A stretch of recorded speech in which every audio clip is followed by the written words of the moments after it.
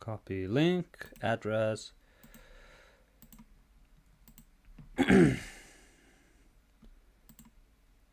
Post. I'm live now with the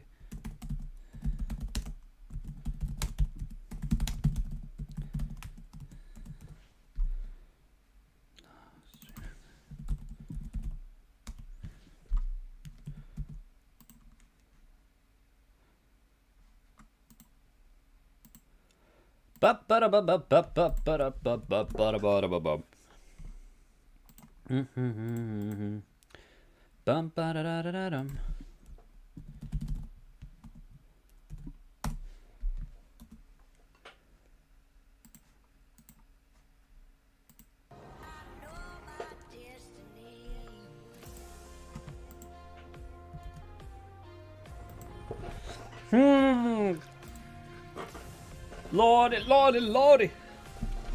It's the Marvel Disney Games Showcase.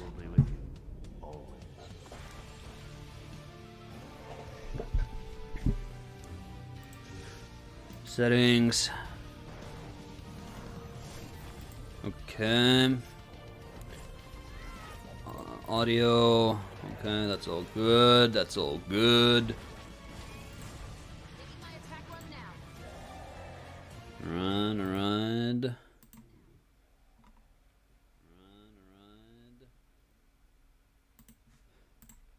Okay. This should be fine. This should be good. Oh, we got a world premiere.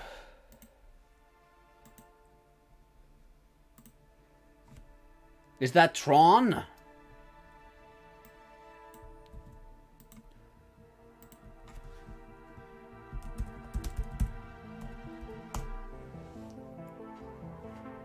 Certainly looks like Tron.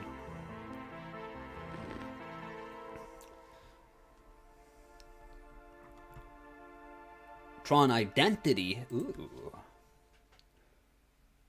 Wow, okay. Yo, what's up? Tron Identity. What a way to start the show. Welcome to the first episode. That was... What a way to start the show. Like, dude. As you quest through game announcements from Disney, Pixar, Marvel, Lucasfilm. Like, this is the 10-second little teaser. You can't start the show like that. First adventure in the expanded Tron universe and their oh my god, the expanded Tron universe. In fact, you should probably drop a follow on all the Disney game socials for more info on today's world premieres. Like this one right here.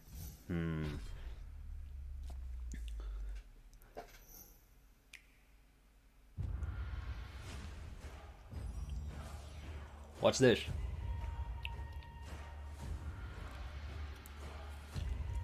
The greater the heroes. Mickey, Minnie, Donald, Goofy. Hey, I like these guys. Welcome to the world of Monoth. Tell us what you need, Toku. Our entire world is in danger. You must travel to the 3 biomes of Monoth and retrieve the Hooves of Knowledge. What? They're just making a straight up Disney side-scrolling platformer. Oh god. Hey, Danger Man. Don't you worry, Toku. Is the audio good? Can you hear me? Can you hear the trailers? It's okay. We'll explain. We'll explain. TBD. Audio good. Nice.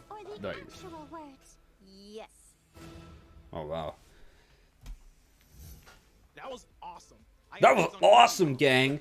I like this guy's energy where he's like, clearly he was not shown the trailers. He has just these canned reactions to it. But Lord Almighty, he's doing it.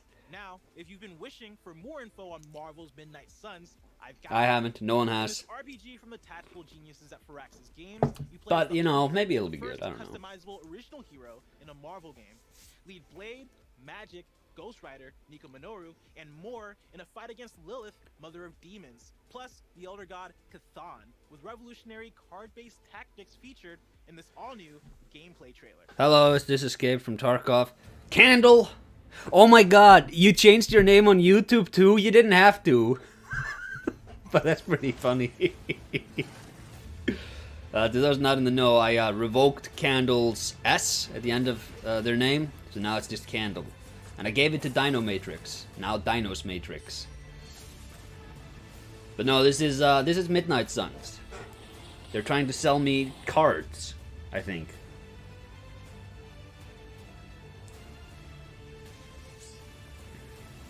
Oh, it's Blade. No half measure. Alright, that's pretty cool. You know, if I had promoted you and given you an S instead of taking it away from you, you could have been Scandals. I was salty when this turned out to be card-based. Boo earns. I wanted my hex code. Boo earns. I was saying boo earns. That was awesome. You heard what the trailer said.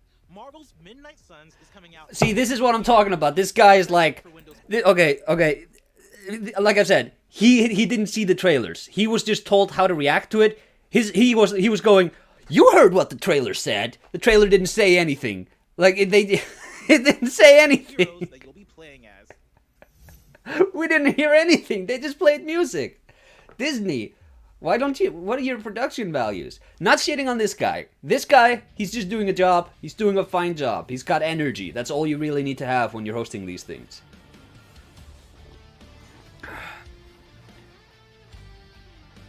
I would have owned it like a nake. Oh, it's called body language. Of course. Oh, hi Dinomatrix. Dinomatrix, you'll notice that Candle removed their S on YouTube. I see that you did not go the full length and include the S I gave you on YouTube. You don't have to, but I was talking about it, so it was worth bringing up. Anybody who's watching like the VOD, I hope you can see chat too, because otherwise it just sounds like I'm crazy. It's the Scarlet Witch, everyone. Remember earlier this year when everyone was simping for her? Who dat? That's Lilith. This actually reminds me, because of anime Wolverine there. If anyone saw Marvel anime, there's like, they did a little short of that like 10 years ago. 10, if not 15 years ago. And there was one X-Men anime, which was actually like really good. It's like 8 episodes. And it follows Xavier and the X-Men going to Japan and finding, oh my god, this looks bad. And they go to Japan and they just find Xavier's son, and they fight the human, who are the human beings who like kill and do genetic experiments on mutants in order to steal their powers. And it's really good. It's like genuinely very, very good. I highly recommend that. It's got Steve Blum, the one true Wolverine as Wolverine. It's got a good cast all around. I think they just got a lot of the Wolverine in the X-Men cast. And it's a lot, like, the characterization is on point. It's the best X-Men TV show. It's better than Wolverine and the X-Men, even though it's like just 8 episodes. I highly recommend that. Anyway, this is some weird mobile game, I think. Because I want to see what's next too. So let's get to it. Let me change it. You don't have to change. Yeah, like, you don't have to change it if it's like a hassle or anything. You have plans right now? I don't want to be bothering people with this weird joke I made. It's harder to type now. Not a huge fan. God, the game are a nightmare. You can use S's in sentences. You just can't have it in your name. And it's as easy to play as solitaire. Actually easier. I don't think I've ever won a game of solitaire. Like, but here's the twist. These cards are super powered.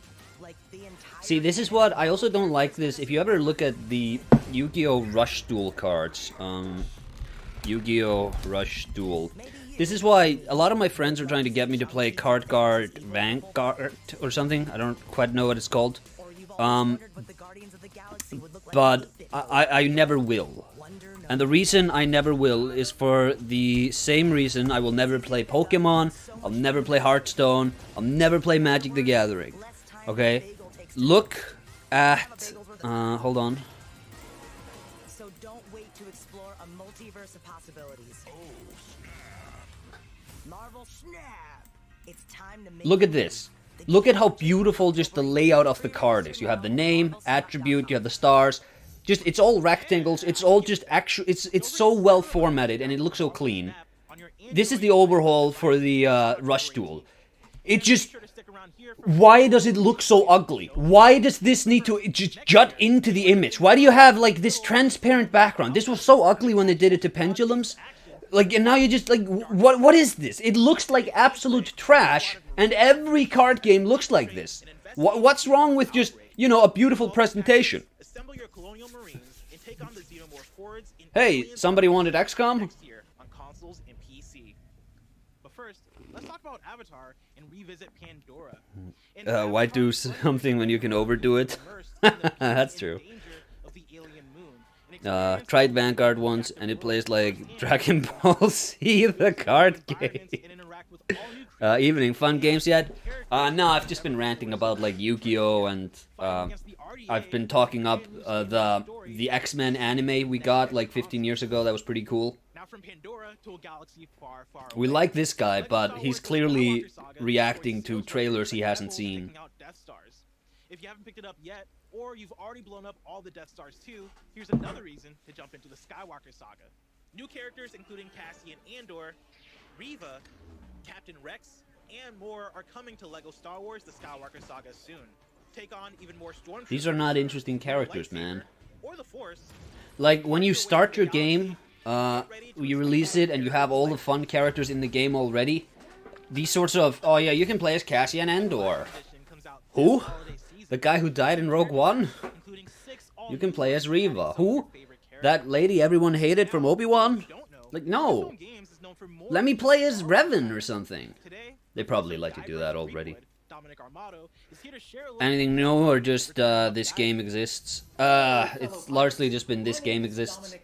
But I want... Oh, we get a Guybrush Threepwood. Secrets of Monkey Island. That might be fun. I've never played those games, but people like those games.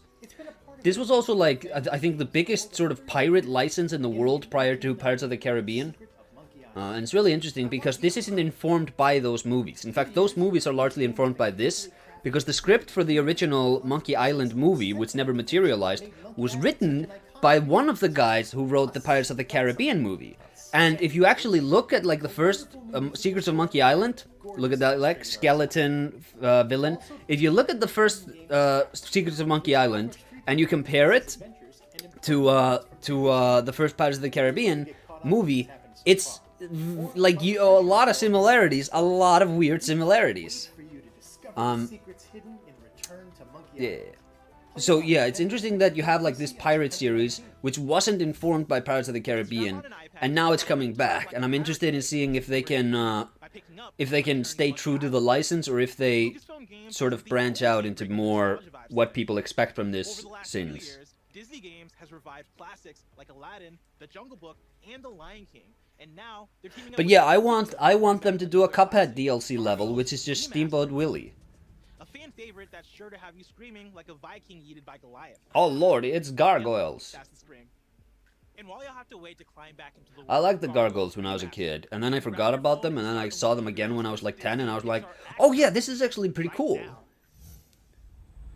They're all named for like districts of New York or something. Oh lordy. It's Mr. Oogie Boogie, everyone. Heroes. You never know who will answer. Sometimes the best hero is a villain. It's Divine from Pink Flamingos, who was the actual inspiration for Ursula. Who get the job done and doesn't care who they have to push aside. What is this? This is actually kind of interesting. Like the bad guys of Disney are coming together. Devious alliances to fulfill Oh, it's Hades. dreams. After all, there is strength in numbers, especially when that number is This game is a nightmare. The Mirrorverse. Oh my god, remember back when The Dark Knight came out and then every movie had dark in its title?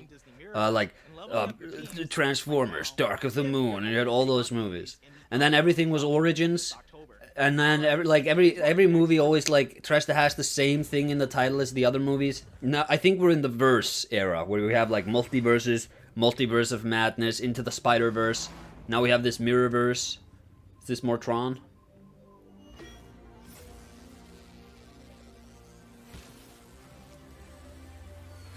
I'm actually like, so far the best thing they've shown is that little Tron teaser.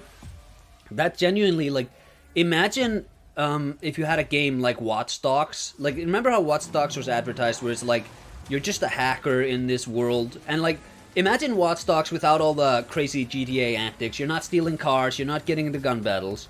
You're just like walking around this world. And maybe it's even like more linear than open world. And every now and then you can go into like this insane digital universe. Like, I think the Tron license lends itself really well to being a video game. And I also really liked that movie when it came out, that Tron Legacy movie. And I haven't rewatched it, but I feel like I'm hearing that it has had like a resurgence where people are coming around to like, no, actually this is pretty good. Oh, it's Jack Sparrow, everyone.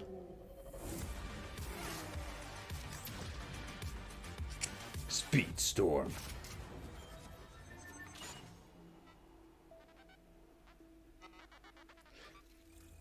So, Warner Brothers did their own Smash Bros, so Disney's gonna do their own Mario Kart. That seems to be the trade-off they did.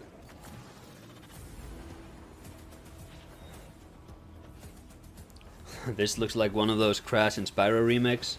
Yeah, kinda. You're actually interested in this? Okay, like, again, I'm not here to knock everybody. I'm not big into, like, these sorts of, wild kart racers.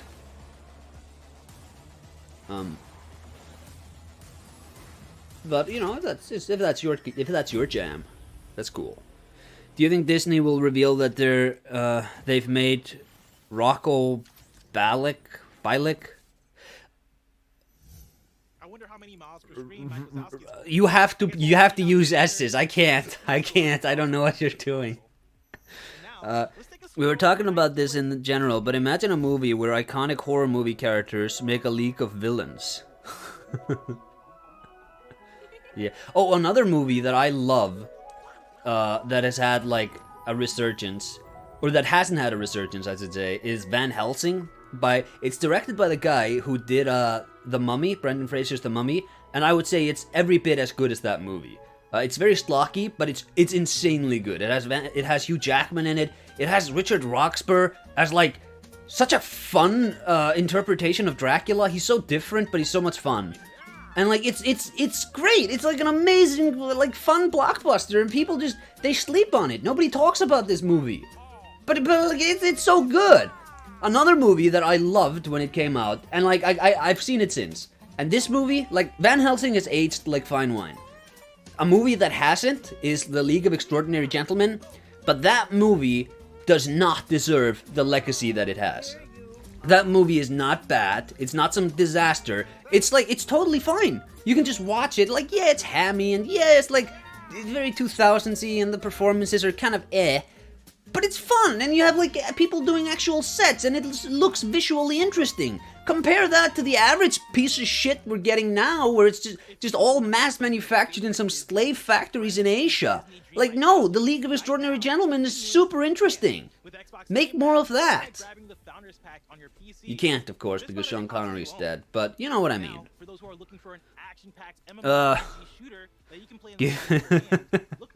Candle. I can't do that. You have to earn it. Loved your analysis on Sekiro. Thank you. I plan on doing one on Silent Hill 4 in probably less than a year. It'll be out. I might probably start it in December if Snail is out by then, the Snail remaster. If not, probably around January. And then I'm doing one on Elden Ring when we get all the DLCs. And I'll probably die in the process of making that video.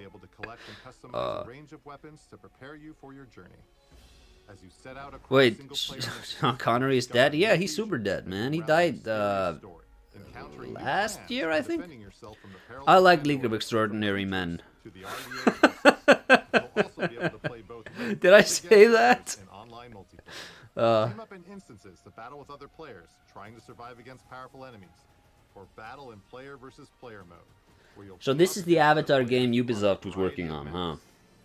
You'll be able to experience all of this and more when Avatar Reckoning hits your mobile device soon. Oh no, wait, this is on mobile caching. Now, another world premiere. World premiere.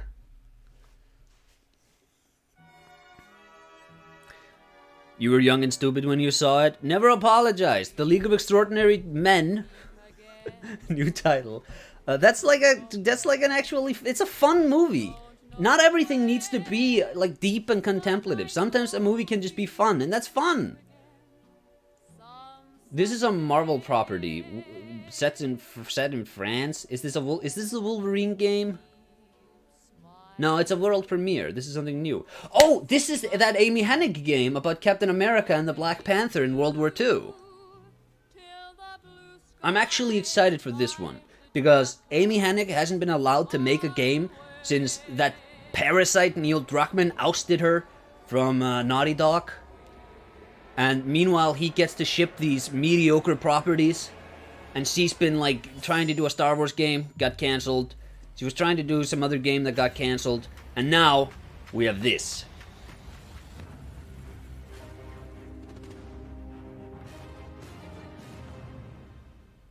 Oh, wait, is this like a... No, don't make it a 4-player team up. Do, like, just do Uncharted, like a linear kind of story. Don't do these online games if you're... Like, Amy Hennig excels at storytelling. Don't force her to do these weird... Like, oh, no. Nah, it's probably gonna be fine. Whatever. Ugh. Yeah, like 4-player co-op. Oh my god. This is not actual gameplay? You kidding me?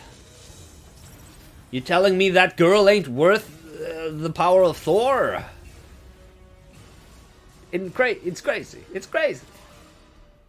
Some weird Pokemon Go-esque Marvel cosmetic game. Like this isn't a Marvel game. Like, you have to... It's not... You can't just do cosmetic Skinner boxes. You have to make a real game. Come on. Everyone enjoy 1-player co-op. Yeah, I'm my best teammate. This is actually in-game graphics. Oh. What is your next move? Oh lord, it's the Grand Inquisitor. I tried watching that the Patterson cut of the Obi-Wan show just earlier today, prior to streaming Silent Hill when I did that. I got like 30 minutes in and I turned it off. I was like, nope, I don't think you can fix this. I think this just doesn't work. It doesn't work. The show was bad. And I think it's because of COVID. I think COVID must have messed that show up, because it has moments of brilliance, but then it's just like sort of slogging through, and the production values are really bad, and I'm like, this must have been just a nightmare to assemble. I don't believe, because that lady who made it, she did a lot of great stuff on The Mandalorian. I think she directed like the best episode of that. Wait, it's done? No, it's not done. Oh my!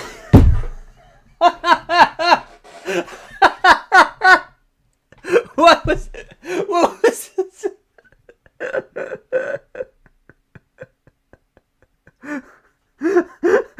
What? What the hell was this?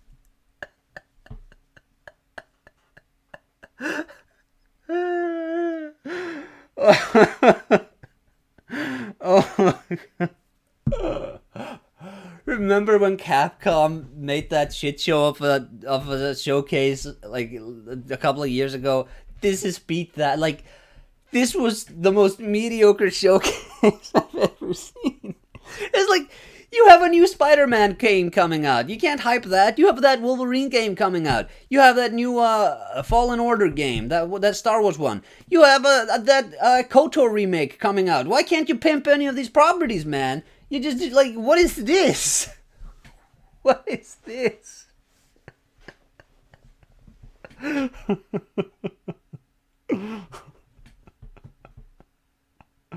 Oh my god, this was bad.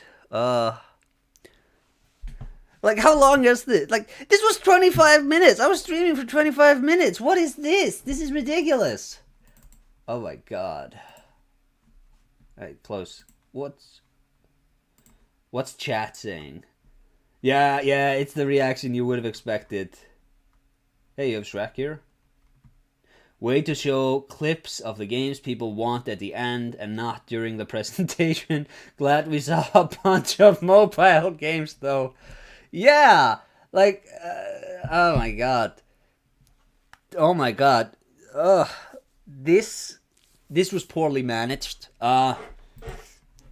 Chat, what should we do? I have like I thought this was gonna be like an hour long. I cleared my schedule for this. We're only getting. Oh, you're just adding S's to your name. That's interesting. Was only getting to the good parts. Was there more interested in the fact that you should know than actual? I can't read that either. KOTOR remake is basically cancelled. I think so, but like they moved it to a different studio, so like you can at least do that to pimp up your showcase. I drink tea. Vastly delayed. What are you guys talking about drinking? I don't drink because I'm an alcoholic. Though I have been thinking about rewatching The Young Pope and having like non-alcoholic red wine because I miss red wine. I don't know. What do we? Chad, do you have any fun ideas for what to stream? Oh wait, I know.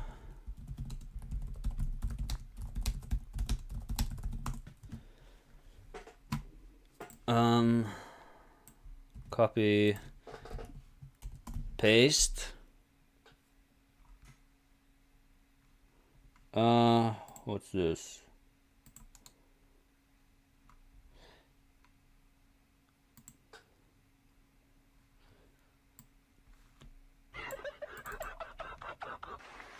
Alright, it's one of those meme compilations. You laugh, you lose type of dealies. Alright. It's from the Meme Sheep. Some lady. They didn't even... This... You have to complete this. What, she just hit it poorly? And then he just immediately cuts. Oh, that's jarring.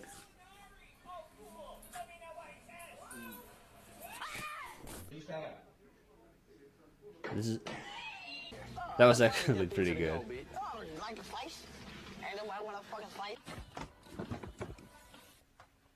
This is too fast. Like this, dude. You have to. Okay. My boomer brain can't handle the speed of the edit here. You have to actually give stuff time to breathe. Oh my god. Alex, what's this? All right, this is a new one. Bro, your ice cream. What happened? Oh my god, it's Will Smith. What's he gonna do, chat?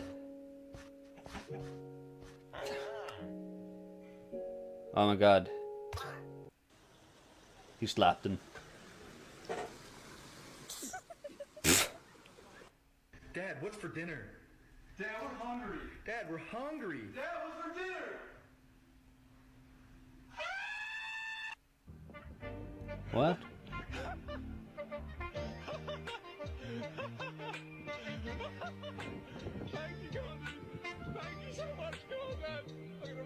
What's the joke here?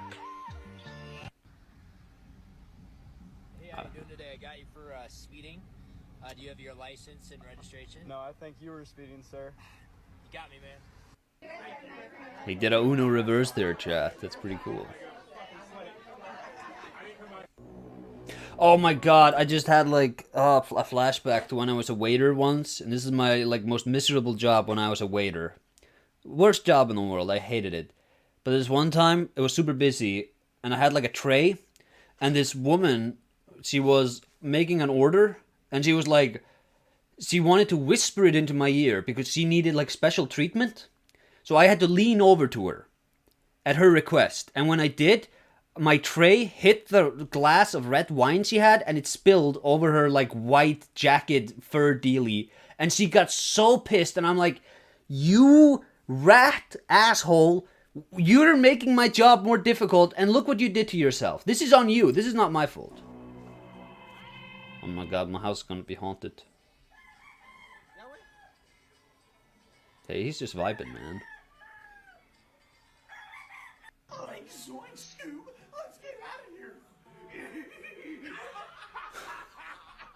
That's pretty good.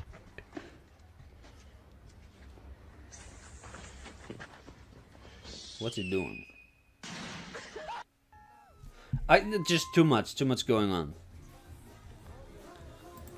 Was your fault. It was not my fault. Look, if you are a Karen and you have a glass of red wine on the table and you make an outrageous demand that I lean over the table so that you can whisper your order to me because you can't just talk like a grown-up, what do you expect? Of course I'm gonna ruin your jacket, bitch. He did this for what? Who is this guy? I didn't get that. This is an injustice? That's pretty good.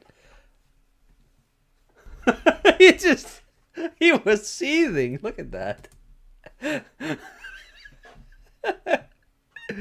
Oh, the jacket pays the price. What was that?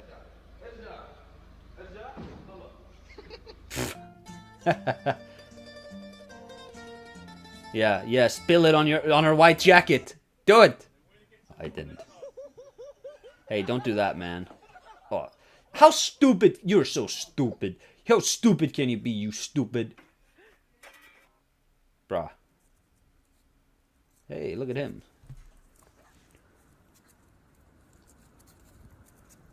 He's just having fun with it, man. This isn't a meme.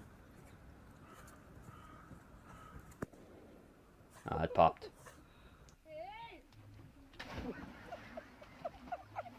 Ah, it's deeper than you thought, asshole.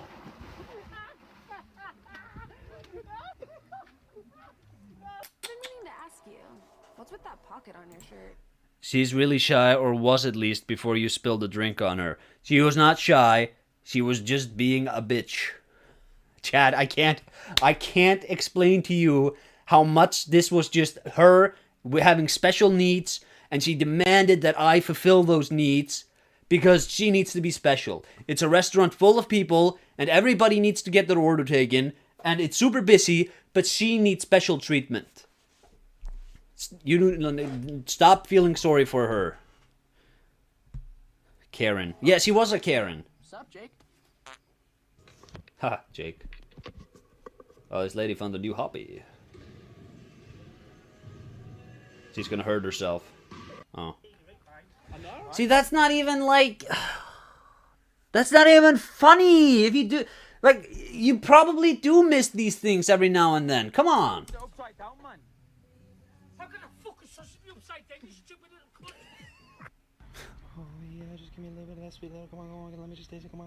He's gonna bite your finger, asshole.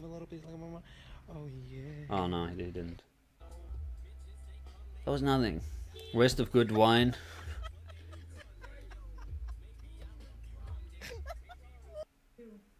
Something I like to do, that just reminded me, is that whenever I see somebody that I know in traffic, if I'm like, you know, if it's not too dangerous, I like to like drive at them. Like maybe they're crossing the road, I'll just continue to drive until I'm like not hitting them. Because it always takes, like when people see a car moving towards them, they always think it's a maniac.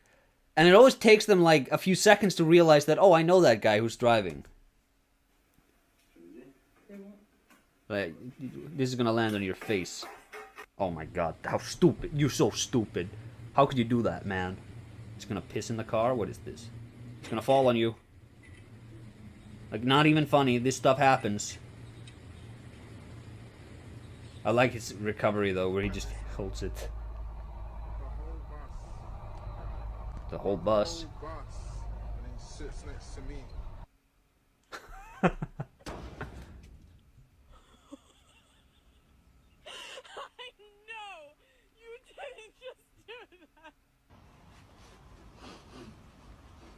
Hey, it's her world. Look at her.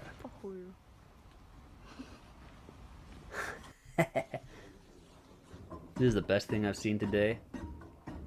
Man, screw these memes. This isn't funny. I'll find something funnier. Hold on.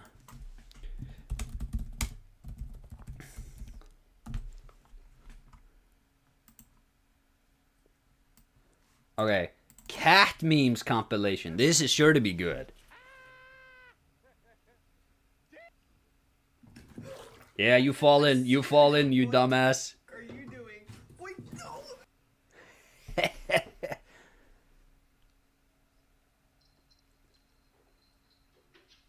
are you gonna pick anyway? Let's see. Eeny, meeny, miny. Ah, poor cat. Lol. You think dogs are better than cats? They're certainly more loyal. But they're also more high maintenance. That's the thing about dogs that people like. You can own a cat, and you can basically you just need to empty a shit box, and you're kind of good. Like, leave some food out for the cat, leave some water out, keep a window open. The cat takes care of itself. A dog, no, you need. That's an investment. Like, you need to actually take care of that dog. Sorry.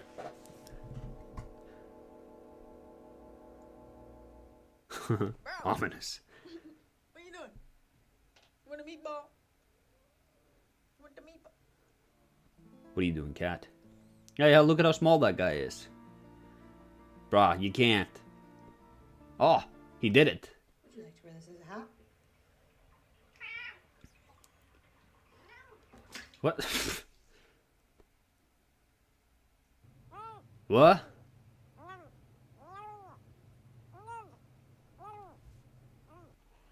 Okay, see, this is one of the problems with just ripping these videos off TikTok, is that, and this is just a problem with TikTok, is that people always end the video on a joke, and they never expect a, like, wind down for the video.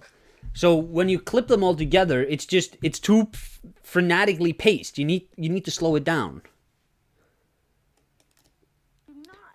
Sounds more like a piece of furniture than a cat.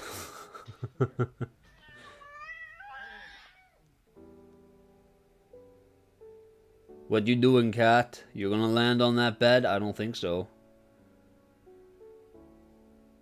Oh, no way. He did it. He did it. First of all, you're nothing but a trashy hoe. I thought the cat was gonna shit on her. I showed you my penis. Please respond. It's that face.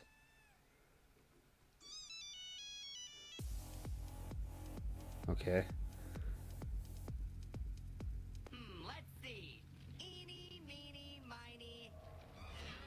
Oh, wait, what? Again? Oh, look at that guy.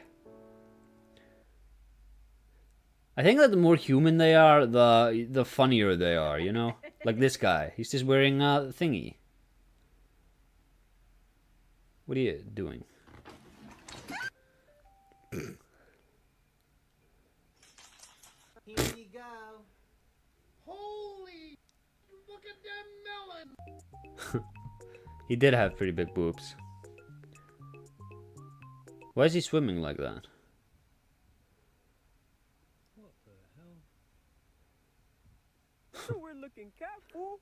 I think it's a tiger. And they're both boys.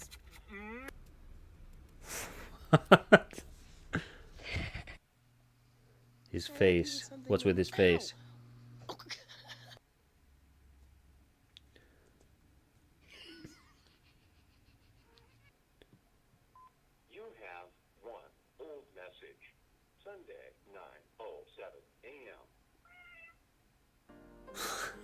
That's pretty good.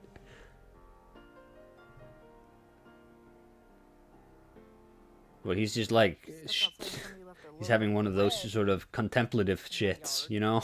Look at you. Why are you so fat? Hey, look at that cat. That cat knows what's going on.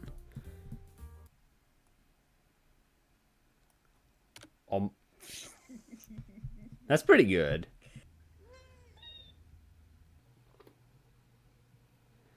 It's one of those toys that repeats the thing. Yeah, you do need to do that with a cat, though. A dog will mostly leave your stuff alone if you tell them not to, and they'll, like, respect your authority. A cat, you bring something into the house, the cat wants to explore that. Hey, that's pretty good.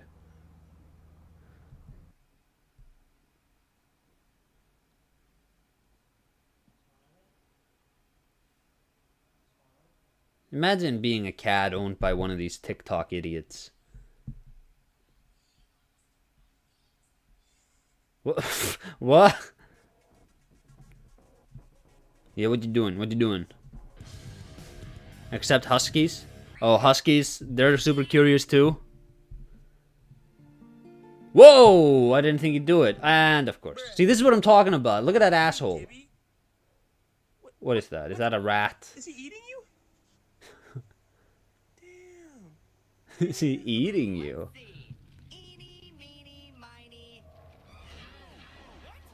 This isn't funny! What the hell is that format, man?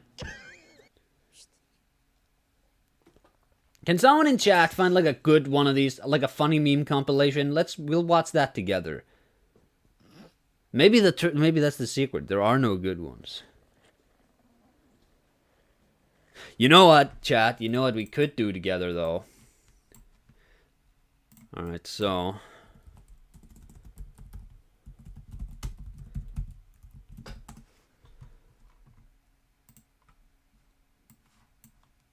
here's something we could do together. I'm watching my own video on stream. Compilations are always unfunny. Yeah, kinda. A lot of it is borderline abuse. There's a lot of that. I like that edit because I had to move around the audio. This is just me like congratulating myself. There was like an extra 2 seconds of black there that I had to move. Hello everyone, and welcome to this very listen to this guy. Listen to this guy. Listen to the innocence in his voice. Listen. In it, I'll be playing. Also, this isn't recorded on the PlayStation. Like, I recorded it all on my PlayStation 4. I think I just ripped this from like a YouTube video, which is why it has like the intro. It's like a bit crunchier. It doesn't have the same resolution as like. Hold on. Like, look at the letters, and compare the sharpness to what we have here. Right. This is a bit more sort of blurred. But it was worth it because it's better frame rate. And it's like, it is probably in better quality. Even though I like the crunch. Let's do this. Let's watch Snail playthrough. I just did that a few weeks ago, though. Talk about an isolated piece of gameplay or a visual motif. You get to the damn vid. I hate when these assholes take 20 minutes to get to the damn video, man. So if you've never experienced the game yourself, if you haven't played it, why are you making it sound so long? Did you have to like drag out the conversation to fill out like like the footage? It wouldn't hurt to have some ground. Can't wait to play this game so I can watch the video. I spent the better part of 2020 putting together breakdowns on the Kingsfield games and Demon's I did a breakdown on those Kingsfield games, those magical Kingsfield games. Check out those videos. Links have been provided where appropriate. A final note before getting started. I'd like to thank Matthew Matosis for giving me the go-ahead to make this video. Oh yeah, Matthew Matosis was super nice. I contacted him and I was like, hey man, is this something you're planning to do? Because if not, this is something I'd like to do. And he was like,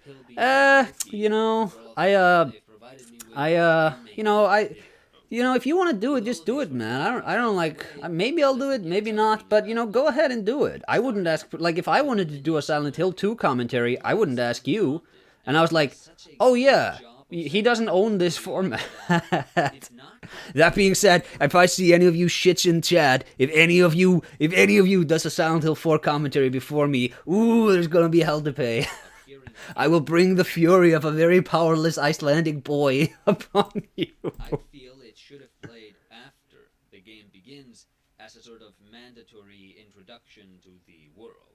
Yeah, that's something I actually believe in, is that this should have been part of the intro cutscene.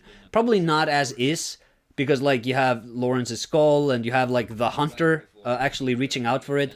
But like ideally for me, this would have been a different character, just called like Carl, Hunter Carl or something, and you would have just been seeing Hunter Carl's entrance into the world. Then he fights the cleric beast in the Grand Cathedral here, and then you can just find his clothes, and maybe he has some lore, but that this is just its own character, completely disconnected from you, just so that every player has to see this when they start the game, because it is such an important part of the game. I was surprised he released a new video a few days ago. Yeah, you shouldn't be surprised. I think he took a lot of time off to work on his game. Imagine being a guy who talks about games on YouTube and then trying to transition to being a game designer.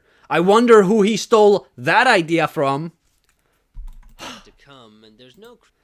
Of course, he doesn't have the elusive SAE and Espresso SAE award, which is the award my podcast gives out to excellent games. And I didn't win because my podcast co-hosts were like, nah, screw you, you don't get one. I was like, you guys, please. Creation myth opening cinematic like in Demon Souls and in Dark Souls, but the game sets up its thieves nowadays. piece of dialogue. Oh yeah. Pale blood. Pale blood. Look at that. I had to beef up the audio a bit so that he could have his say. Also, he originally in the script would just say, oh yes, pale blood. But when I narrated it, I was missing like 5 seconds, so I extended his audio to this. You need only uncover its mystery. Unravel its mystery. Unravel. With these words, we have our heading for basically the... Yeah, and then I like this is something I do whenever I do these commentaries. Also, I noticed that I always kind of talk like this because it drags out the video a bit. Additionally, talks of a mystery sets up the tone, and talks of the player being an outsider sets up our role. The idea of blood administration is not overrepresented enough in pop culture to be overlooked as a throwaway line, so it also sets the setting apart from anything else the player might have experienced before. Hidetaka Miyazaki, the creative lead on the game, likes outsider protagonists for his action RPGs. They, assumably, that's true. To leave character building to the player with certain vague pre-builds set for them at the start. I wanted Pale Blood to mean so much more. Yeah, many people say that. And the opening cutscene, I think, really does not get enough credit for the work that... Okay, here's something that I only realized. I was talking to Sinclair and Sophie about this. And I, like, why didn't Sophie transition? Like, Sophie transitioned like a month or so after I did these videos, and it's like, I would have waited, and then I could have called you Sophie, but whatever. You'll see here... Cinematic. Then after the opening cutscene, practically every core component of the game has been condensed into the opening. This is a symbolization of Beasthood, right? So the player has gotten the blood, and this is like an in-universe presentation of Beasthood creeping up to claim them, and soon will be transformed. But it burned, right? Because we have been selected by the moon presence. Ah, you found yourself a hunter. Finally, after the beast is dead and the messengers have climbed all over our powerless body, we hear a voice familiar to all demon cells along. Look at these guys. This is what my subscribers feel like whenever I wake up. I open up, see my notifications. Well, where's the Silent Hill 4 video? Where's the Silent Hill 4 video?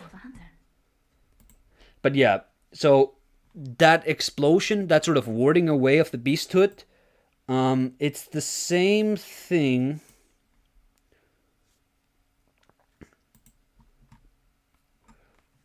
Hey, video, play. Oh, it's a bit too far. Is Sekiro a better game in terms of mechanics? So if you just look, if you want like the thing is, you can't separate the mechanics from the narrative. I don't believe. I think that the mechanics are as good as they tell a coherent and like interesting story. But if you mean just is it more fun, like it's probably deeper. If you want like really satisfying, fine-tuned combat, like yeah, it's better than Bloodborne in that regard. But oh my god, look at the wait. What is this quality dip? Any correlation between difficulty and quality. The sense of achievement earned from defeating Gurman is not necessarily tied to his. What is going on? Oh, it's just a momentary little one. Whatever, that's fine. But yeah. So in defeating him, sort of conquered, and it's that he bookended the entire experience. And so, with him gone, the only thing left to do is to breathe the entirety of the game in for a minute. Unless you knew about the third chords, in which case, the moon presence, notice the striking lack of an abdomen, which might be a visual signifier of the Great One's inability to carry children. The moon presence. So originally, I think the idea here is that it would have had an abdomen, and then at this point, when we warded off, its abdomen would have blown up.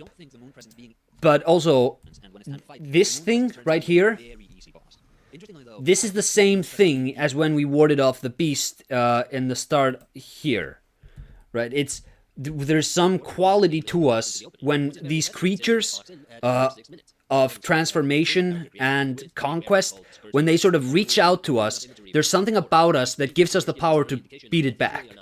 Here, it's just that we were selected to be a hunter, and at the end, it's that we've imbued enough umbilical cords that we've transcended the powers of the moon presence. Because the moon presence power in the universe more or less seems to be it can conscript people to oaths. Yeah.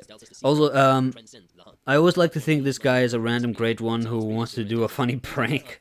Also, that Blood Minister's death message is the coolest one in the game, and we were robbed that he isn't an NPC in the released game. Yeah, I think that, here's the thing.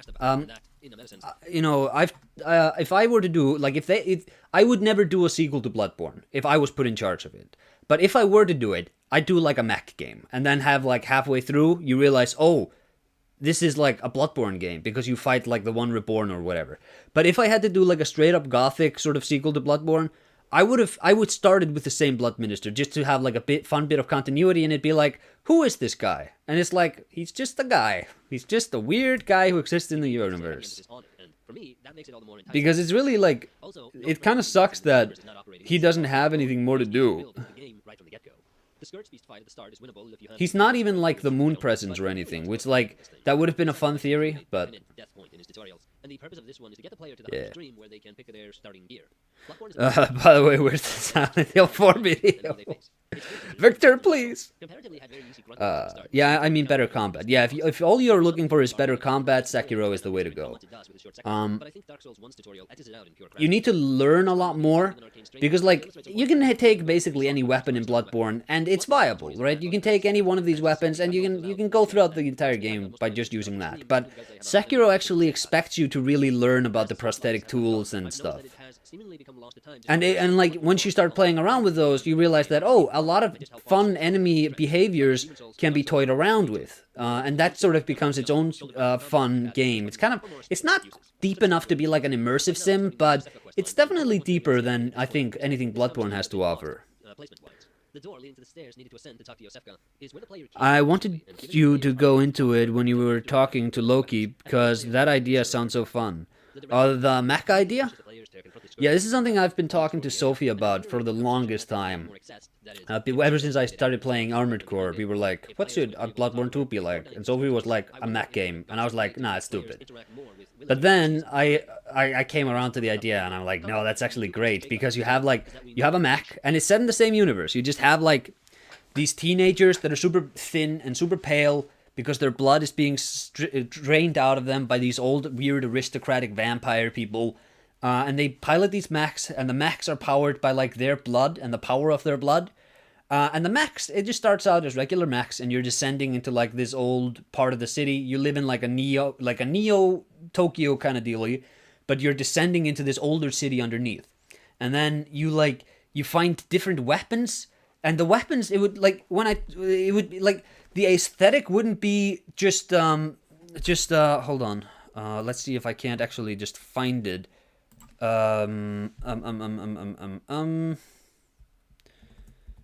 Look like. Do they look like this? No. No. No. Hold on. Industrial.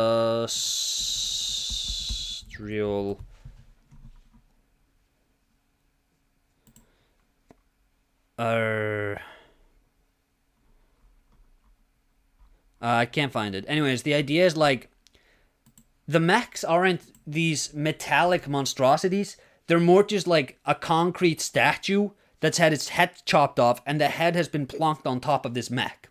And then you can change out these parts as you've discovered new parts for like deep underground. So maybe you find like a gigantic statue of a knight wielding a sword, and you can actually take that sword from that statue of the knight, and now that's a weapon you can use, right? And maybe there's like a helicopter that crashes down, and you can take the helicopter and have like spin blades or something. And then when you get deeper into the game, you unlock magic, and that's basically just enchantments and runes and stuff you can put onto your mech. So we are expected to dash around much more, and I don't know which would be the better way to reveal it. Have you fight the one reborn, or have you fight like an amygdala or something? And it can also be extended to be more like a long-handled cleaver.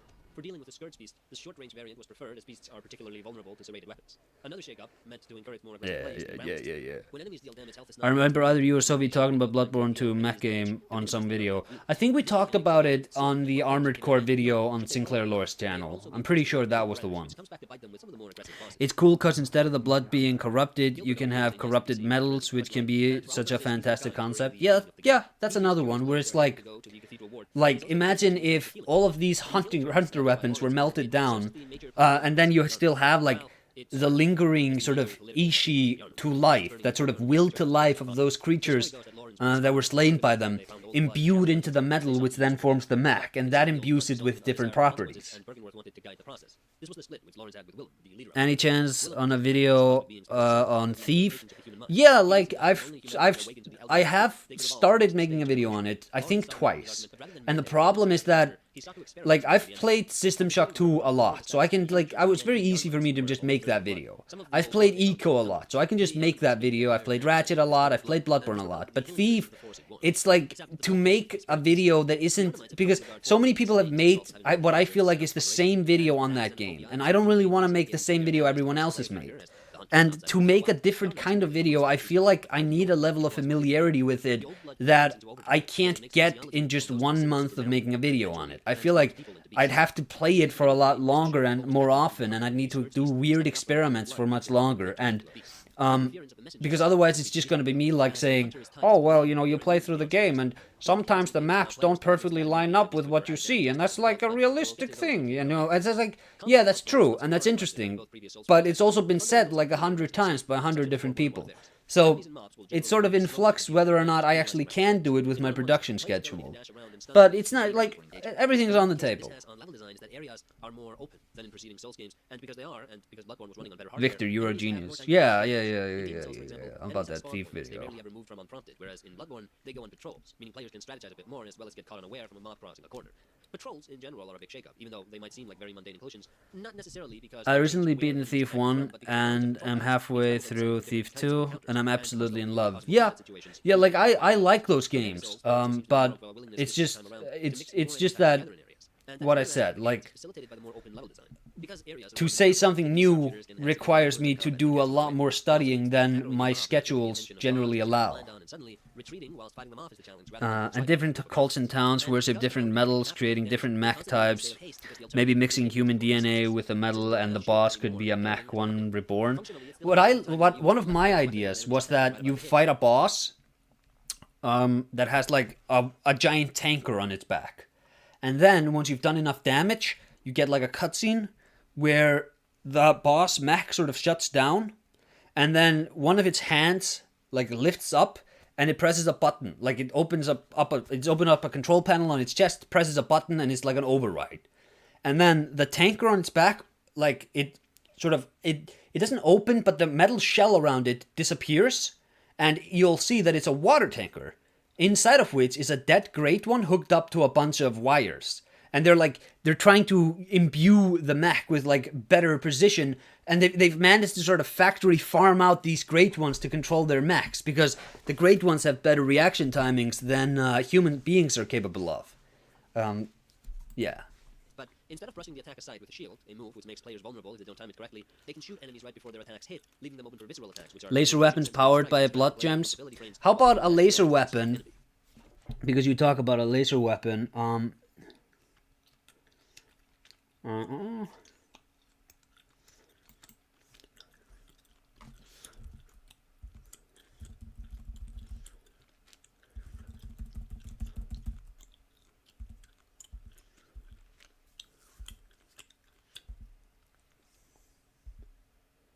Chewing gum in the middle of a stream. What am I? might not be everyone's favorite area. And That. I want to return to that point a bit. Right, where the amygdala shoots a laser at you. Make that the weapon. Where you just have, like, you pull out the head of an amygdala and you shoot a laser ahead of you. No, that is objective. But Yeah, the amygdala laser. Exactly. Once you consider the core gameplay. Now, I'm going to refute that argument a bit. And then you can maybe bring out, like a spider statue, and you can summon, like, a meteor, and you're, like, calling to the dead spirit of Ram to summon a meteor, or something like that. Or you could have, like, you know, the body of one of those living failures, or, like, a fully, like, realized celestial emissary. You just wind up running through the area. Additionally, since there's no convenient shortcuts to the boss once you've gotten to the levels and once... Yeah, and, like, because when you say make Bloodborne 2 a mech game, it sounds, like, so stupid. But when you actually, like, start pitching it, it's like, oh my god, this is so much fun than just, oh, it's a different city and it's the same thing again, right? Acer, what's your most beloved video you made? Your best script? I remember you were really proud of Silent Hill 3, but some technical stuff happened. Yeah, I was really proud of the Silent Hill 3 script. I think that was like a 10 out of 10 or a 9 out of 10. But my hard drive crashed and I had to rewrite it. And I think the rewrite is only like a 7. I think it's much weaker. There's nothing that was lost. It's the same sort of information, but I feel like the rewrite sort of suffers from, I needed to rewrite it and make it interesting for myself more than just for an audience. Because I couldn't just do the same script again for 2 months. I would have just died. So a lot of that script is sort of written as a reaction to me not wanting to write the same script again. And I think the video suffered for it. My favorite video is probably that one I did on, like, the hidden horror of Silent Hill that popped off relatively recently. Because I feel like, number one, that's probably like not to jerk myself off here or whatever, but I feel that's the most valuable Silent Hill video that's come out in a long time, because it's something different than just, oh, like, let's look at what this drawing could represent. Maybe this is like a manifestation of Alessa's desire to be a ballerina or whatever. It's like, no, here's an actual new way to look at these games that's totally in tandem with the narrative they're presenting, that totally, like, fits with the background of the developers. Like, this is the laser I'm talking about. But also, like, it actually makes the game work a bit deeper, and it gets you to appreciate some of the thematic elements and the layouts of areas and the design of enemies. It gets you to appreciate those deeper. And I also just think that, like, it's 30 minutes long. It's got a real, I think it's got a good cracking pace. I think I was really onto something with that video. And I think it helped that I'd been doing a bunch of short videos before that. I was sort of on a roll. And that video came fairly fully realized. I had to rewrite it once, like I had to move some chunks around, but it's mostly a pretty solid video, I think. The Lake of Rom can be a lake of moon metal. Moon metal would be awesome. Imagine metal imbued with the life force of the moon presence. Yeah, like there's so much different stuff you can do with that. They are the final threat we come to face, and it is ultimately them who bring the, admittedly, decimated corpse of the city to its knees. The damage done by the healing church was almost certainly unrepairable, but once Mensis is done, the city is done. The script in your imagination will always be better than the one that exists. Yeah, that's true. But, you know, I say my Silent Hill video is the most valuable Silent Hill video anyone's made in a while. Like, I don't know if that's really true, because I don't really watch Silent Hill videos anymore, but when I look at, like, when I was looking at Silent Hill videos, when I did, like, my Silent Hill 3 commentary, and that's been, like, 3 years now, so, like, admittedly, I'm a bit out of the loop in where the Silent Hill conversation is. It was a lot of, like, somebody else explaining what Pyramid Head is again, right? It's my issue with like me doing a Thief video where if you're not bringing something new to the table, you like there is something to be said about doing it in your style, but it's also like how many videos on Pyramid Head do we really need? Right? What more can you say about this? Which seems to indicate that Mensis has some plans to assault them. Well, had some plans to assault them before. The Gaming Brit Show made a really cool Silent Hill 2 video. Yeah, I haven't seen that. I don't, generally speaking, watch other people's videos of games that I've covered.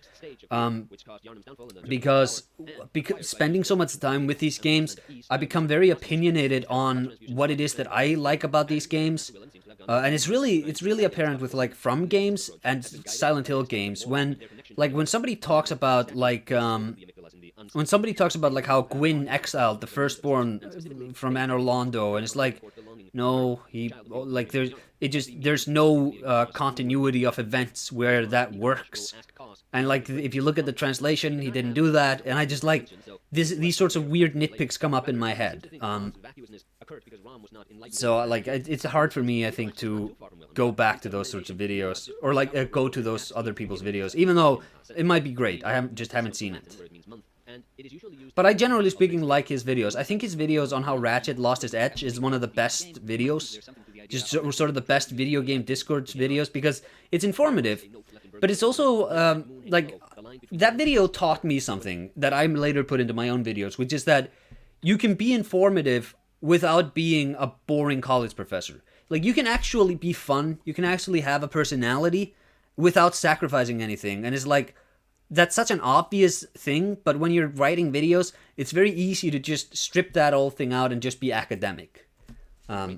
Which is why I've tried to be a bit more like myself and a lot less like, look at me, Mr. Video Game Man with video game ideas.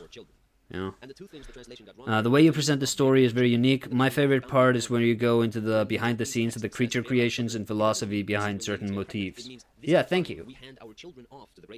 This is also something that I have since been corrected on.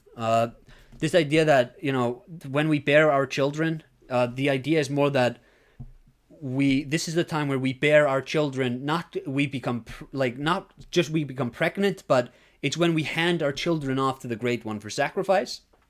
I think I talked about this with Loki in the Lore Lost in Translation video I did with him fairly recently, like a couple of months ago, I think. I think that's not exactly true. I was working off a correct translation, but I think I got one of the wordings wrong, which led me to this realization. So I don't know if that's perfectly true. I do still think that the messengers are children. I think they are like disfigured children that were sort of sacrificed. And I think I can reinforce that because, you know, everybody knows FromSoft recycles their own stuff so much. Like the idea of children who are malformed being like thrown away, this has come up before. Like you see this in Demon Souls, in the Valley of Defilement. Like, yeah, they're not strictly speaking children in the Lake of Blood, but they just are children. Like there's just no other way of really looking at those things that are around Maiden Estrella. These are just children that were thrown away. You see this in Elden Ring, in the sewer area with all the Omen, who are like, these were children who were born with this tainted blood and they were all just thrown away. So I do still think the messengers are children that were sort of malformed and thrown away. But whether the Yarnamites were taking their children out to offer as sacrifices for the Great Ones, I'm not so convinced on that anymore. Even before the Red Moon. Editor's note, it was writing this part of the script where it finally clicked for me where the messengers we encounter come from. Mass child sacrifice. Enjoy. And that part about the boundary for man becoming vague does not mean that the Red Moon is when Bergenworth believes men become beasts, but rather that it is when men's limitations are removed and they can elevate their thoughts. I still think that's absolutely true. And since making this video, I've learned that in Shinto, the moon it symbolizes meditation and enlightenment. So like, yep, okay, that just reinforced my belief that this was correct. The blood is what makes us human no more. And the idea there seems to be that Thumerians might originally have been beasts, which were fed blood to transform them into Thumerians to serve the Great Ones in the Chalice Dungeons. I'm not so sure about this anymore because, Like, Loren was a society. It was a society of people. You look at, like, Kos. Kos is a human face. And the idea that Kos would have, like... It just, like, the Great Ones are not a different race. They're just more evolved, elevated beings. So that we, like, human beings are originally beasts whom the Great Ones then evolve. Like, that's such a cool idea, but I don't know if it's true. I don't know if you can make that timeline make sense. Children skeletons before Nido. Yeah, those children skeletons in Dark Souls. That's a good observation. That's a good one. The old blood makes the body moldable. The red moon does the same for the mind. So yeah. Blood is a formula in an injection. The red moon is like a formula injected with giant skeletons. Yeah, well, those should have been sacrificed. But yeah, these are the giant skeletons from Dark Souls. Like, more or less, this is that. Same with Dark Beast Parl. It's the same thing.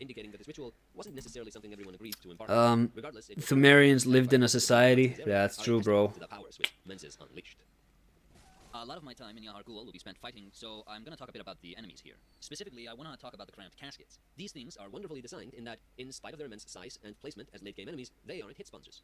They are very easy to... You can always hear when I play my videos at 2x speed, you can pick up where, like, one recording begins and another recording ends, or when I have to, like, re-record a line, because it's always, like, you can sort of cover it up at regular speed, but at 2x speed, it always, like... Whatever minutia of difference, it just becomes, like, accelerated. So it'll be like... And this is the part of the game where the people of Yahar Ghul, they came and they saw... And then it was... Blah, blah, blah. It's like, wow, this is such an obvious edit point. It's easy to drain your stamina from empty. They deal a respectable amount of damage and can lock the hunter up if the players are careless enough in fighting them. Also, they take damage from the burning corpses in the area, so you can always just try to use that. What's with those Yahar Ghul-looking corpses in the Internal City in Elden Ring? Or are they statues? I think it's the same idea as with this, because... So the Eternal Cities in Elden Ring, they're just the Thumerian dungeons again, right? It's literally the same idea, where you have this society that lives underground. It doesn't live underground, like, this is just, like... The Thumerian tombs, they weren't always tombs. This used to be just above ground. And then Yharnam and all that was built on top of it. And it became underground. So the Eternal Cities, I think they weren't originally underground. And you just have these sort of primordial old people. This, like, they're Numen, but they're also, like, they are human beings, just ancestral human beings or whatever. And these beings, they're contacted by these outer entities.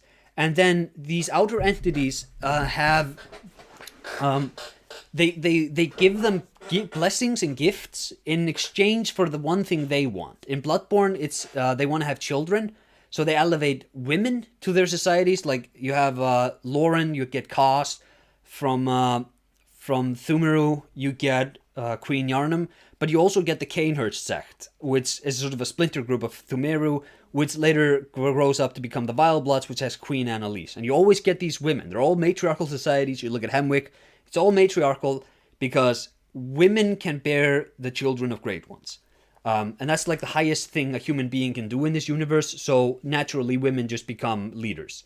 And in Elden Ring, you have the Golden Order, like, it selects Marika as its Empyrean, and it's the same idea, because, like, later, the Eternals, the people of the Eternal City, they're, like, cursed to live under a false sky, and the Thumerians, like, Yharnam is built on top of that.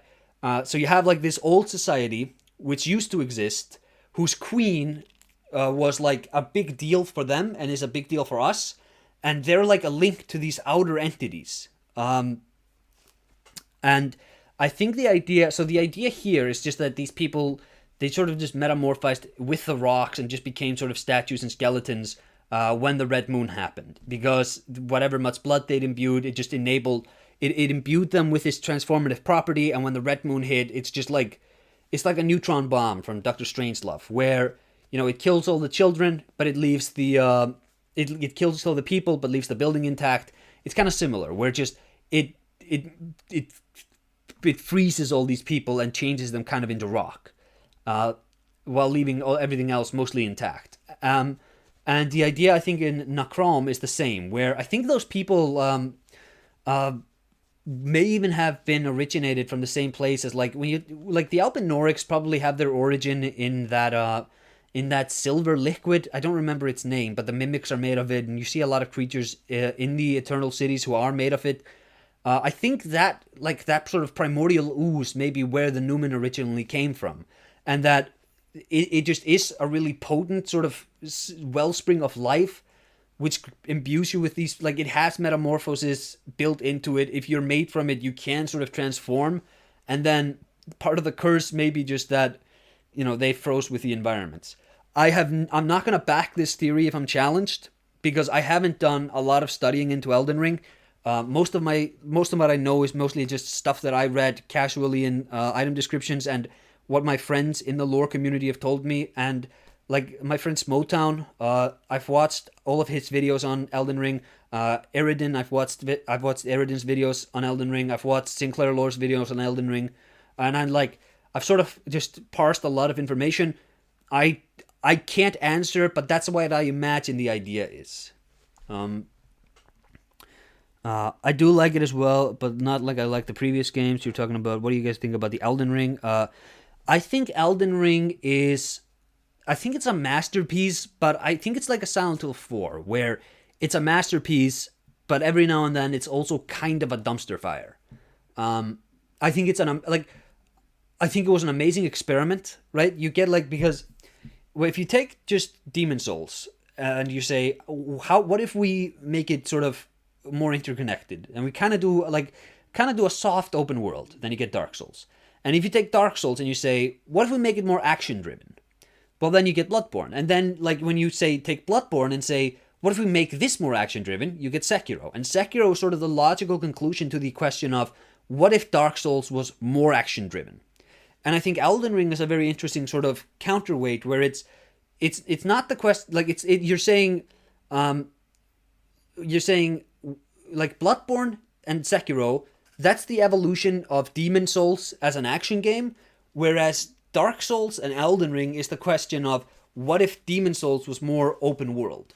And I think both experimentations did a lot of interesting stuff. I think all of them did some bad stuff. I think that if we get an Elden Ring 2, I pray that they leave a lot more of Dark Souls behind. Leave your Demon Souls route even more. Do what Sekiro did, and actually just rebuild your core mechanics around this new mode you're trying to do. For Sekiro, is just this idea of being in the moment, being in a fight. Do that for Elden Ring. Give us climbing, and maybe maybe make the difficulty more about harmonizing your character with their environments. So you had that they had that frenzied flame town with that giant tower. Imagine, and that imposes a very different kind of challenge to its environment. So imagine if the Elden Ring played more like that, where there's a lot less action. You can still have swords and fighting and all that, but it's more, you have to climb into a tree, and then you have to sort of scout out the environment, and you have to realize, what are the environmental hurdles here? You see a swamp, and you're like, if I step into that swamp, am I going to be covered in blood-sucking leeches? Probably don't. If I'm going to do that, then I should probably have some disinfectant or something. And if you see that frenzied flame tower, you go, am I gonna become crazy if I go there? If so, I should probably have some sedatives. And you're maybe Breath of the Wild had that. It had a cooking system which didn't really do anything. But imagine if you had a really robust crafting system where you have thread. And thread is just a thing you find in the world, and you can make it. You can shear sheep or whatever to make it, and you can use thread for various varied things. You can use it to fix your clothes if your clothes get damaged, or you can use it maybe to if you have enough thread, maybe you can just trade that for rope, and then you can use your rope to get around some environmental hurdles or whatever. This is just an idea. I don't know if this would be the best thing to do, but I'm more interested in Elden Ring. If that's a license that's going to continue, I would be very interested to see it leave Demon Souls further behind and really hone in on the strengths of that game, rather than try to also be a Demon Souls game, which it can't be, right? The point of Demon Souls is that it's a third-person action dungeon crawler, right? It is a dungeon crawler at its heart, and Elden Ring just isn't. And that, like, the mechanics that Elden Ring is lifting from Demon Souls, these are mechanics designed around a dungeon crawler. And when you put them into an open world, like, it's okay, right? It still works. It gets the job done, but it's sort of like Atlas holding the world up, where like you can see that he's straining. You can see that these mechanics, these aren't the best mechanics to present this experience. But I get why you do it, because you're building an open world, you're building a game that's larger than anything you've ever done. Of course you're gonna do this. Of course you're gonna just reuse the Dark Souls 3 engine, because like that's what you have, right? So you've built all of these enemies and all these assets to work within this combat system. Of course you can't change it. Like, of course that has to be the bedrock. But it made $1.1 billion so far, and it's still making oodles of money. So I would hope that whatever they do next is not as... like, it can be built off, like, the Demon Souls skeleton if they want, but I would hope that it has more of an identity of its own, if that makes sense. So the game is based around environmental hazards depending on the part of the areas you're in, right? Yeah, that's just an idea. I don't know if that's the best idea, but yeah. Did Elden Ring do the thing Demon Souls did, with different materials being in specific areas? Yes and no. Like, you have two kinds of crafting items, but you also have a lot of just items, which you can craft, like you have, like, upgrade material, and disconnected from that, you have, like, a crafting thing, where you can build, like, this is a little stamina buff, or this is some health regen for your horse, or whatever. And that stuff I thought was really interesting. Now imagine if instead of Elden Ring being an action game, imagine if it was a crafting game.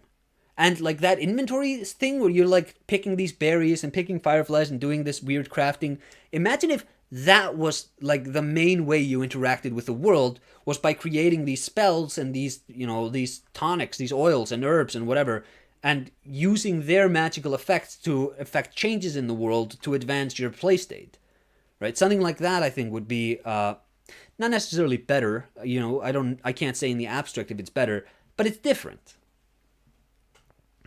Guys, do you want to see Deep Down? I do want to see Deep Down, but I think that game is well and truly lost to the ages. I would like to do, like, an expose on what happened to this game. It looked kind of cool. And it looked cool back in the days when we didn't have a lot of Souls games. Yeah. So, chat, I've been streaming for, like, an hour and a half almost at this point. I think that's enough. I gave you 25 minutes of a terrible Disney Marvel showcase, and I gave you an hour of this, so I'm gonna call it quits. What game? I think it was a Capcom game, which they announced. It was supposed to be some sort of online Dark Souls game, dungeon crawler. You can find trailers for it, but don't hold your breath on ever seeing that. But yeah. Anyways, thanks everybody for watching. I think TGS is the next sort of big gaming event, so that's probably the next one I'll be streaming. Other than that, I'll probably finish Silent Hill during the weekend or whatever. Everybody pray that my ankle recovers, and yeah, I'll see you someday later. Bye-bye.